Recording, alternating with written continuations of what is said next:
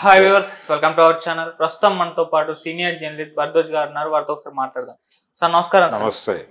Sir Jaganmohan Reddy గారు మరి ఢిల్లీ వెళ్ళి అక్కడ ప్రధాని నరేంద్ర మోదీ గారితో ఒక మీటింగ్ అయితే ఏర్పాటు చేసుకున్నారు. మరి దీని యొక్క ప్రధాన ఉద్దేశం ఏంటి? ఇది చూస్తే చంద్రబాబు గారు అండ్ పవన్ కళ్యాణ్ గారు కూడా ఢిల్లీ వెళ్ళి అక్కడ బీజేపీ నేతలతో మీటింగ్ ఏర్పాటు చేసుకున్నారు.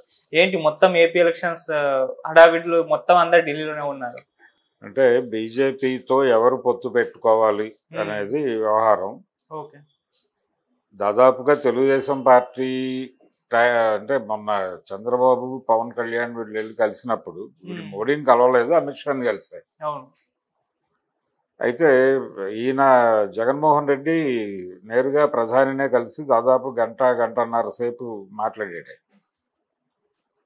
అయితే జగన్ కలిసింది ప్రధానంగా రాష్ట్రానికి, అంటే ఎన్నికలకి దగ్గరికి వచ్చేసాం కాబట్టి చివరి హామీలను నెరవేర్చడానికి కావలసినటువంటి నిధులు, కేంద్రం నుంచి రావాల్సినటువంటి నిధులు తొందరగా పంపించేస్తే మేము కొన్ని పెండింగ్ వర్క్స్ ఉన్నాయి, పెండింగ్ పేమెంట్స్ ఉన్నాయి, అవి చేసేసుకుని క్లియర్ అయిపోతే ఎలక్షన్ టైంలో బ్యాడ్ ఇంపాక్ట్ లేకుండా ఉంటుంది అని సహకరించమని అడగటం కోసం వెళ్ళాడు. ఓకే. అడిగాడు. అది ఆయన నిర్మలా సీతారామన్తో మాట్లాడుకోమని చెప్పాడు. ఆవిడని కూడా కలిశాడు ఈయన. అయితే ఈ క్రమంలోనే ఒక పొలిటికల్ చర్చ కూడా ఆటోమేటిక్గానే జరిగింది వాళ్ళిద్దరి మధ్య అనేది. చంద్రబాబు నాయుడు కలిసిన తర్వాత ఈయన కలవటం అనేది కొంచెం దాని మీద రకరకాలుగా మాట్లాడుతున్నారు. తెలుగుదేశం వాళ్ళు ఏం మాట్లాడుతున్నారంటే, తెలుగుదేశం పార్టీ జనసేన కూటమితో బీజేపీ పొత్తు ఇంకా ఖరారు కాలేదు కాబట్టి ఖరారు కాకుండా చేయడానికి జగన్మోహన్ రెడ్డి వెళ్ళాడు అని చెప్పేసి ఒక సెక్షన్ ఆఫ్ తెలుగుదేశం నాయకత్వం మాట్లాడుతోంది. అవును. అయితే తెలుగుదేశాన్ని ఎందుకు పిలిచాడు మోడీ గారు కాదు, అసలు బీజేపీ పిలిచింది. అమిత్ షా మాట్లాడాడు. భారతీయ జనతా పార్టీకి కేంద్ర ఇంటెలిజెన్స్ నివేదిక, ఏపీలో జగన్మోహన్ రెడ్డి ఓడిపోబోతున్నాడు అని ఒక ఇంటెలిజెన్స్ నివేదిక ఉంది. ఆ నివేదిక ఆధారంగా ఆయన తెలుగుదేశం పార్టీని పిలిచి మాట్లాడాడు అమిత్ షా అనేది ఒక వెర్షన్ బయటకు వచ్చింది వీళ్ళు కలిసిన రోజు. అయితే దీని మీద ఇంకొక సమాచారం ఏంటంటే, ఈ ఇంటెలిజెన్స్ నివేదికని ఇన్ఫ్లుయెన్స్ చేసింది చంద్రబాబు నాయుడు అని. చంద్రబాబు నాయుడు గారు ఇన్ఫ్లుయెన్స్ చేసి తెలుగుదేశం పార్టీ గెలవబోతోంది అనేటువంటి ఇంప్రెషన్ వచ్చేలాగా, నివేదిక తయారయ్యేలాగా దాన్ని ప్రేరేపించాడు. వెనకాలుండి డ్రామా నడిపి ప్రభావితం చేసి, ఇది ప్రభావితం చేయటం ద్వారా బీజేపీని తన వైపు తిప్పుకునేటువంటి అవకాశం దొరుకుతుందని వాంటెడ్గానే చంద్రబాబు నాయుడు కాన్స్పిరసీ చేసి ఆ నివేదిక పుట్టించాడని, ఆ నివేదిక ఆధారంగానే చంద్రబాబుకు పిలుపు, అంటే తనకు పిలుపు వస్తుందనే విషయం కూడా చంద్రబాబుకు ముందే తెలుసు. ఈయన ఇలాంటి కాన్స్పిరసీలు చేయటంలోనూ, ఇలాంటి నివేదికలు వండటంలోనూ సిద్ధహస్తుడు. అందులో భాగంగానే అది చేశాడు, ఒక ప్రయత్నం చేశాడు. కానీ ఎవరి జ్ఞానం వారికి ఉంటుంది. అయితే భారతీయ జనతా పార్టీ బేసికల్గా చాలా దుర్మార్గమైనటువంటి వ్యూహరచన చేసే పార్టీ అది. అవును. అంటే తాటిని తన్నేవాడు ఒకడుంటే తల తన్నేవాడు ఒకడున్నాడని పాత రోజుల్లో సామెత ఉంది. ఆ లెవెల్ బీజేపీది. అందులో భాగంగా వాళ్ళు ఫ్రంట్ డోర్లో ఒకళ్ళని, బ్యాక్ డోర్లో ఒకళ్ళని పెట్టి కాపురం చేస్తారు ఎప్పుడూ కూడా. 2014లో కూడా వాళ్ళు చంద్రబాబుతో పొత్తు పెట్టుకున్నారు, చంద్రబాబుతో కలిసి ప్రభుత్వంలో షేర్ తీసుకున్నారు, స్టేట్ గవర్నమెంట్లో షేర్ తీసుకున్నారు, కేంద్రంలో వీళ్ళకి మంత్రి పదవులు ఇచ్చారు. ఇంత అన్యోన్య సంబంధం నడుస్తున్నటువంటి రోజుల్లో కూడా వాళ్ళు జగన్మోహన్ రెడ్డిని వదిలిపెట్టలేదు. జగన్మోహన్ రెడ్డితో కూడా స్నేహంగానే ఉన్నారు. కాబట్టి ఇప్పుడు కూడా తెలుగుదేశం పార్టీతో పొత్తు పెట్టుకుంటే, అంటే పొత్తు అంటే ఆ రోజే అయిపోతుందని కూడా అనుకోలేదు మనం కూడా. జస్ట్ పిలిచి ఆనుపానులు కనుక్కున్నారు అంతవరకే. కనుక్కుని దాని మీద పరిశోధించి ఒక కమిటీ వేసి, ఆ కమిటీ తాలూకా నివేదిక వచ్చిన తర్వాత మాత్రమే సీట్ల ఖరారు, మిగిలిన వ్యవహారాలు ముందుకెళ్తుంది. ఇది ఒక రోజుతో తేలే వ్యవహారం కాదు, కనీసం 10 రోజులు పడుతుంది అనేది అందరూ అనుకున్న విషయమే. జగన్మోహన్ రెడ్డి గారు దీన్ని ఆపడం కోసం వెళ్ళాడు అని జరుగుతున్న ప్రచారం కూడా దుర్మార్గం. ఇది కూడా వాంటెడ్గా చంద్రబాబు నాయుడు గారు చేస్తున్న వ్యూహమే. అంటే ఎట్టి పరిస్థితుల్లోనూ భారతీయ జనతా పార్టీ జగన్ వైపు చూడకూడదు, దాన్ని చూడకుండా చేయాలి అనే ఉద్దేశంతో ఈయన ఈ రకమైనటువంటి దాడులు చేయించేస్తున్నాడు. ఓకే. ఇది చంద్రబాబు చాణక్యం. చంద్రబాబు నాయుడు గారు ఈసారి ఎట్టి పరిస్థితుల్లోనూ గెలవాలి అనుకుంటున్నాడు. ఈసారి గెలవకపోతే తెలుగుదేశం పార్టీ భూస్థాపితం కావడం తథ్యం అనేది ఆయనకు అర్థమైంది. ఎందుకు అర్థమైందంటే ఈసారి కనుక పార్టీ రాకపోతే నెక్స్ట్ 5 years తర్వాత ఆయన పరిస్థితి ఎలా ఉంటుందో తెలియదు. ఆయన తప్ప ఇంకెవడు ఆ పార్టీని ముందుకు లాక్కెళ్లే పరిస్థితి లేదు. వాళ్ళ ఫ్యామిలీ నుంచి నందమూరి బాలకృష్ణ గారు కానీ లేకపోతే లోకేష్ కానీ వాళ్ళు జనాల్ని తమ వైపు తమ వెంట నడిపించుకునేంత సమర్థవంతమైనటువంటి నాయకత్వ పటిమ ఉన్నవాళ్ళుగా ఇప్పటివరకు ప్రూవ్ చేసుకోలేదు.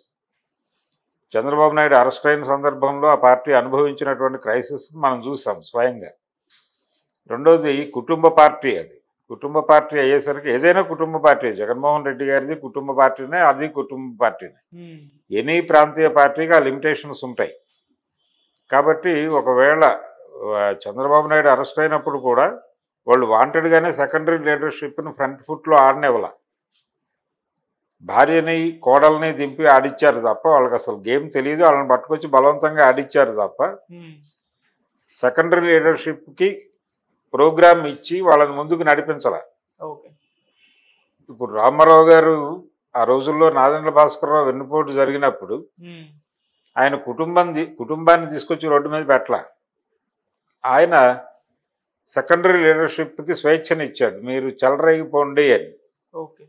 అప్పుడు అందరూ ఫైట్ చేశారు. అలాంటి ధైర్యం లేదు చంద్రబాబుకి. ప్రతిదీ చాలా స్కీమేస్ చేస్తాడు ఆయన. ఏ పని చేసిన పొద్దున్న లేచిన తర్వాత మొహం కడుక్కోవడానికి కూడా ఆయన 100 సార్లు ఆలోచిస్తాడు. ఈ టైంలో కడుక్కోవడం వలన ఏదన్నా జాతీయ రాజకీయాల్లో ఏదైనా మార్పు వస్తుందో ఆ లెవెల్లో.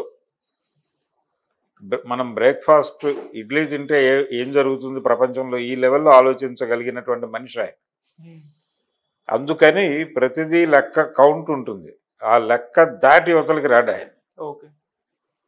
ఇందులో భాగంగానే ఎట్టి పరిస్థితుల్లోనూ జగన్మోహన్ రెడ్డికి ఎవరి సహకారం అందకూడదు, ప్రపంచవ్యాప్తంగా అందరి సహకారం తనకే అందాలి.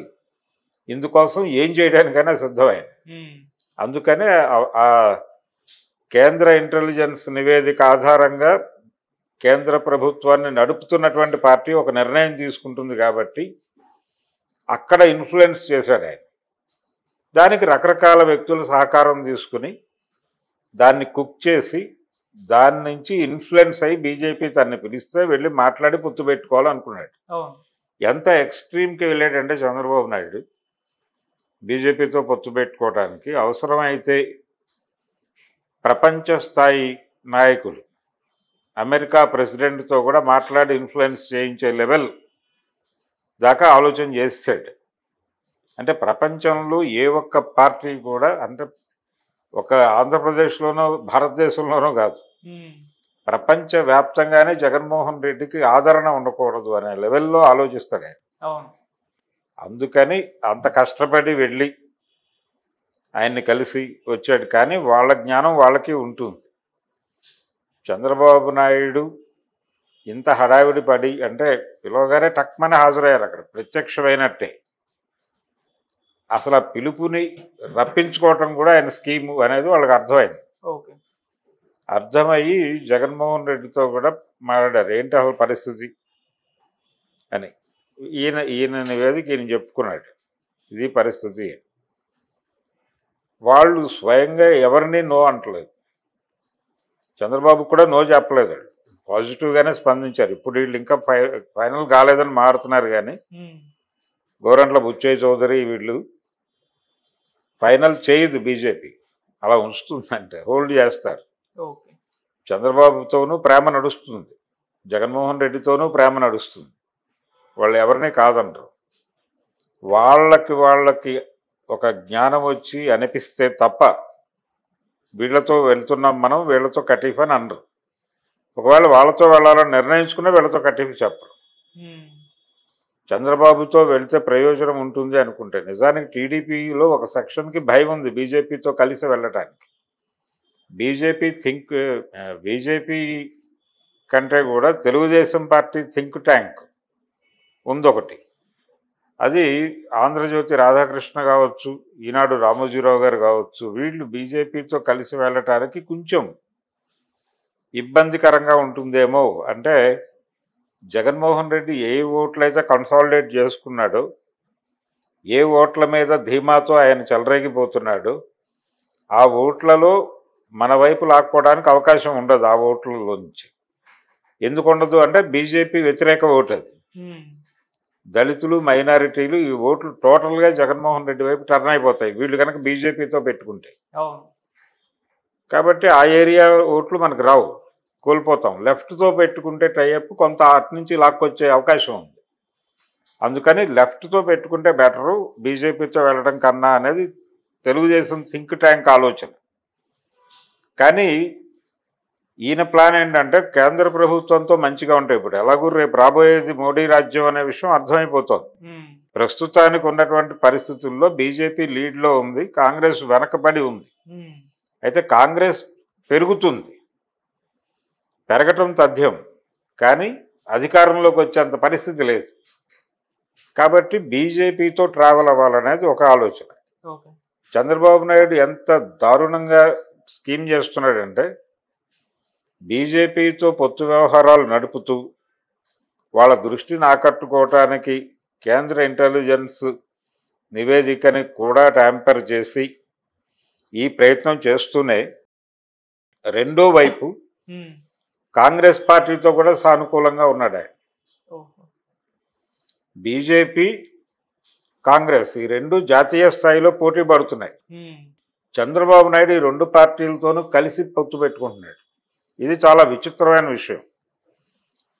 షర్మిలకి తెలుగుదేశం పార్టీ మీడియాలో లభిస్తున్నటువంటి స్థానం, షర్మిలను అడ్డం పెట్టుకుని వైసీపీ మీద తెలుగుదేశం జరుపుతున్నటువంటి దాడులు, ఇది చూస్తే కాంగ్రెస్ పార్టీతో ఎక్కడో లోపాయికారి ఒప్పందం ఉంది. అంటే కాంగ్రెస్ పార్టీ కూడా జగన్మోహన్ రెడ్డి పార్టీని అధికారంలోంచి దించడం అవసరం. జగన్మోహన్ రెడ్డిని అధికారంలోంచి దించితే తప్ప కాంగ్రెస్ రైజ్ అవ్వదు అక్కడ. అందుకని వాళ్ళు ఏం చేసైనా సరే ఏపీలో జగన్ని దింపాలి అనే పనిలో ఉన్నారు. వాళ్ళకున్నటువంటి ఆ తపనని వాడుకునే ప్రయత్నం చంద్రబాబు చేస్తున్నాడు ఒకవైపు. రెండో వైపు కాంగ్రెస్కి శత్రువైన బీజేపీతో కలిసి నడవడానికి ప్రయత్నం చేస్తున్నాడు. ఇది ప్రపంచ చరిత్రలో, పొత్తుల చరిత్రలో ఎవడూ చేయనటువంటి దుర్మార్గం. అంటే రూత్లెస్ అన్నమాట. ఎటు అధికారం కోసం ఏం చేయటానికైనా సిద్ధం అనేది ప్రూవ్ చేసుకుంటున్నాడు ఆయన చంద్రబాబు నాయుడు. ఇది ప్రాసెస్. ఈ ప్రాసెస్లో జగన్మోహన్ రెడ్డి కలవగానే ఆయన వెళ్ళి ఏదో చెడగొట్టేస్తున్నాడు అక్కడ. తెలుగుదేశం వైపు నుంచి మళ్ళీ తమ వైపుకు దృష్టి మరలు చేసుకోవడానికి వెళ్ళాడు అనేది మాట్లాడుతున్నారు. అయితే కేంద్ర ప్రభుత్వం నుంచి రావాల్సినటువంటి నిధులు తొందరగా విడుదల చేస్తే మేము కొన్ని కష్టాల నుంచి బయటపడి ఎలక్షన్కి ఒక మూడ్ క్రియేట్ చేసుకుంటాం స్వామి, ఆ మేరకు సహకారం అందించండి అని అడగటానికి మాత్రమే వెళ్ళాడు ఆయన. ఆ టెన్షన్ ఉంది తనకి. ఒకవేళ పేమెంట్స్ కానీ ఏదన్నా ప్రాపర్గా జరగకపోతే అది బ్యాడ్ ఇంపాక్ట్ అవుతుంది, జనంలోకి వేరే విధంగా పెడుతుంది. ప్రజలు దీన్ని ఆధారం చేసుకుని వైసీపీ వ్యతిరేకంగా ఓటేసే ప్రమాదం ఉంది. ఇప్పుడు ఆయన కండిషన్ ఏంటంటే, ఆయన కన్సాలిడేట్ చేసుకోవాల్సిన ఓట్లు కన్సాలిడేట్ చేసుకున్నాడు. కొత్త ఏరియాల నుంచి, అప్పర్ కాస్ట్ నుంచి, పై సెక్షన్స్ నుంచి, మిడిల్ క్లాస్ నుంచి, అప్పర్ మిడిల్ క్లాస్ నుంచి, అర్బన్ ఏరియా నుంచి ఓటర్స్ని అట్రాక్ట్ చేయాల్సినటువంటి బాధ్యత ఉంది ఆయనకి. ఆ ఏరియాలో ప్రమాదం సంభవిస్తుంది నిధులు సరిగ్గా సరఫరా కాకపోతే అనే భయంతో ఆయన ఢిల్లీ వెళ్ళాడు. ఢిల్లీ వెళ్ళి అది క్లియర్ చేసుకుంటే బయటపడిపోతాం అనుకుంటున్నాడు. దాంతోపాటు కొన్ని కమ్యూనిటీస్ ఆయన మీద కొంత వ్యతిరేకతతో మాట్లాడుతున్నాయి ఓపెన్గానే. ఆ కమ్యూనిటీస్ని మంచి చేసుకోవడానికి ఏం చేయాలనే పథక రచన చేస్తున్నాడు ఆయన.